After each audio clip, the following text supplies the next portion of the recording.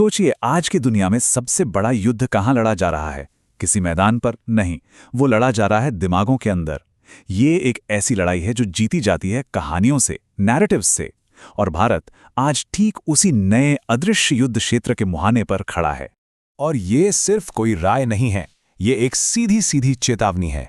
और ये चेतावनी आई है केनेथ जस्टर की तरफ से, जो भारत में अमेरिका के पूर्व राजदूत रह चुके हैं। उन्होंने साफ साफ कहा है कि आने वाले समय में अगर भारत पाकिस्तान बेस्ड आतंकी गुटों पर कोई बड़ी मिलिट्री एक्शन लेता है तो इस बात पर शक हो सकता है कि अमेरिका उसका साथ देगा भी या नहीं। तो सवाल ये है कि भाई आखिर ऐसा क्या बदल गया? एक इतने बड़े, इतने अनुभवी अमेरिकी डिप्लोमैट को इस तरह की वार्निंग देने की जरूरत ही क्यों पड़ी? चलिए इसी को समझते हैं। देखिए, केनेथ जस्टर कोई छोटा मोटा नाम नहीं है। वो 2017 से 2021 तक भारत में अमेरिकी एम्बेसडर थे। मतलब इंडिया यूएस रिश्तों को वो अंदर बाहर से जानते हैं।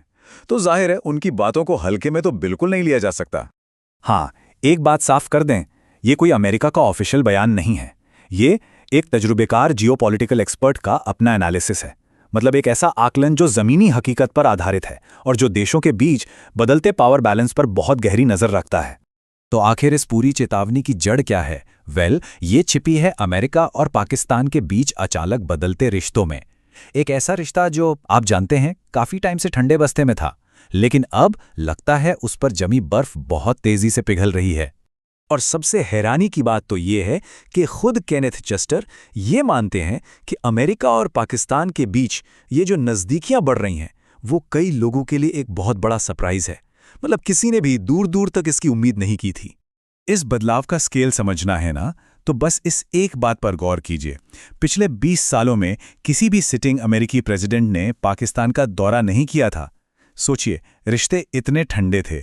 और अब देखिए, डोनाल्ड ट्रंप जैसे लीडर पाकिस्तान जाने तक की बात कर रहे हैं। ये अमेरिकी पॉलिसी में एक ज़बरदस्त यू टर्न को दिखाता है और ये साबित भी करता है कि जियोपॉलिटिक्स कितनी तेजी से बदल सकती है।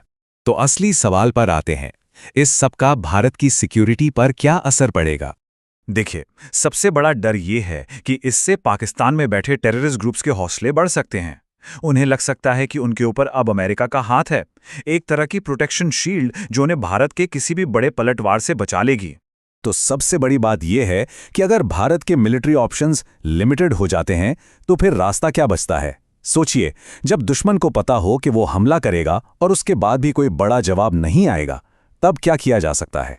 और यहीं पर केनेथ जस्टर एक बिल्कुल नया और बहुत पावरफुल रास्ता सुझाते हैं। वो कहते हैं भारत को एक सिविलाइजेशनल पावर यानी एक सभ्यतागत शक्ति के तौर पर फिर से उभरना होगा। अब ये सिविलाइजेशनल पावर आखिर है क्या चीज? देखिए, ये वो देश होते हैं जिनकी पहचान सिर्फ उनकी आज की बॉर्डर से नहीं होती, बल्कि हजारों सालों के लगातार चलने वाले इतिहास, उनकी संस्कृति और उनके लचीलेपन से होती है। इसको ऐसे समझिए, एक तरफ है अमेरिका जैसा नेशन स्टेट जिसका इतिहास खुद 100 साल पुराना है और जो अपनी मॉडर्न पॉलिटिकल बाउंड्रीज से डिफाइन होता है, और दूसरी तरफ है भारत जैसी सिविलाइजेशनल पावर जिसकी जड़ें हजारों साल पुरानी संस्कृति और इतिहास में हैं। एक ऐसी जमीन जिसने अनगिनत साम्राज्यों को बनते और बिखरते हुए देखा है। तो भारत अपनी सिविलाइजेशनल पावर वाली पहचान का इस्तेमाल आखिर कर कैसे सकता है? जवाब है नैरेटिव की जंग जीतकर। ये एक ऐसा हथियार बनाने जैसा है जो गोलियों से नहीं बल्कि शब्दों, आइडियाज और कहानियों से बना है। ये पूरी स्ट्रैटेजी 4 मेन पिलर्स पर टिकी है। पहला, एक मजबूत मॉरल नैरेटिव तैयार करना। दूसरा, दुनिया भर में अपने अच्छे कामों को प्रोजेक्ट करना। तीसरा, दुश्मन के प्रोपेगेंडा को काउंटर करना। और चौथा, पूरी दुनिया में फैले अपने डायस्पोरा, अपने लोगों को साथ लाना। तो सबसे पहला पिलर, एक मजबूत मॉरल कहानी बनाना। दुनिया को यह बताना कि जब भारत पर हमला होता है तो यह सिर्फ एक देश पर हमला नहीं है, यह एक प्राचीन प्लूरलिस्टिक सिविलाइजेशन पर हमला है। एक ऐसी जगह जहां हिंदू, मुस्लिम, सिख, बौद्ध, ईसाई सब सदियों से साथ रहते आए हैं। यह कहानी, यह फ्रेमिंग दुनिया भर से तुरंत सपोर्ट और सहानुभूति खींच सकती है। अब दूसरा पिलर, अपने अच्छे कामों को दुनिया को दिखाना। चाहे वो अफगानिस्तान को गेहूं भेजने की बात हो या फिर श्रीलंका और नेपाल में चल रहे प्रोजेक्ट्स। देखिए, जब दुनिया देखती है कि एक जिम्मेदार ग्लोबल पावर पर हमला हो रहा है तो इंटरनेशनल सपोर्ट जुटाना कहीं ज्यादा आसान हो जाता है और इससे भारत की अपनी पोजीशन और मजबूत होती है।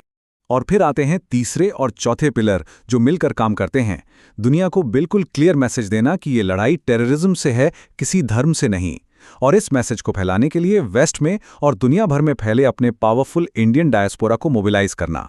यही लोग ग्लोबल ओपिनियन को शेप करने और गलत जानकारी से लड़ने में मदद कर सकते हैं।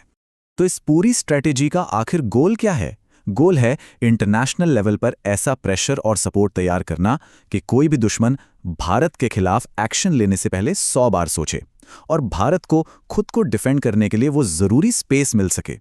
और हाँ, इस लड़ाई को हल्के में लेने की गलती नहीं की जा सकती, क्योंकि कहा जाता है ना कि अगर आप नैरेटिव की जंग हार रहे हैं तो एक छोटा सा देश भी आप पर हावी हो सकता है। इससे कोई फर्क नहीं पड़ता कि आपकी आर्मी कितनी भी बड़ी क्यों ना हो।